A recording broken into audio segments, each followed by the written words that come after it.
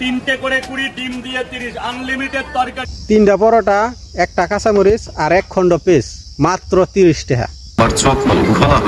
আজকে ফাটিয়ে দেবো কলকাতা 20 টাকায় আনলিমিটেড সবজি দিয়ে।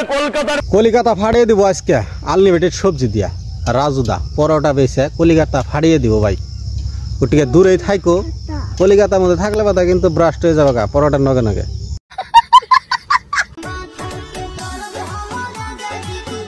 বাইরে লইয়া হারা আর নাই ভাই, জেনারেটার মামনি যায় ড্যান্স আরম্ভ করে দিছে, মানজা ডোলান আরম্ভ করে দিছে।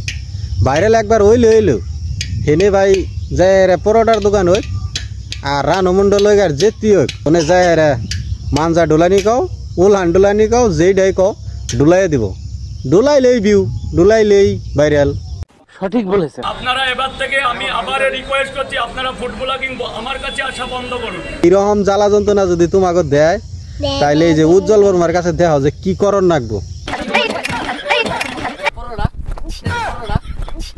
আওয়ান ঠিক হয়েছে না? এরকম মানুষের ভাই এইরকম কামি করে নেবো, তাইলে সে ফাঁকে যাবো। তাছাড়া পরোটা তো বেসপার দিবই না, তোমার বিজনেস একবার চাঙ্গে উঠিয়ে ছাড়বো। ঠিক আছে ঠিক আছে। এক প্লেটে 3টে পরোটা, আনলিমিটেড সবজি, একটা সেদ্ধ ডিম, এক টুকরো পেঁয়াজ, একটা কাঁচা লঙ্কা, যাতে ট্রেনের টিকিটও হয় না। এই 30 টাকা দিয়ে আনলে কোনো রেলের টিকিটও পাবেন না, কোনো কিছুই পাবেন না। একটু পরোটা খাইয়া যান পাতলা, পেটটা ভরবনি, আনলিমিটেড সবজির নগে। রাজুদা বেইসা কিন্তু ভাইরাল হয়ে গেছে গা। আন্নারা যদি খান কি জানি আন্নারাও ভাইরাল হয়ে যাবেন গা। ঠিক বলেছিস। এখানে 50 জন ফুড ব্লগার, এটা কে খাবে? আপনারা কেউ পরোটা খান না। আরে মানুষটা কাঁচামরিচ দিয়া পরোটা ব্যস্ত আছে, তাহলে বেসপার দে। তোরা এইরকম করে যদি ভিডিও বানাস তাহলে মানুষটা বেশ প্রকার কাছে পরোটা। তোরা তো পরোটা খাবি না, মধ্যে থেকে তার বিজনেসের 12টা বাজাই দিবি। ঠিক বলেছো। তুমি ঠিক তো দাও কেন?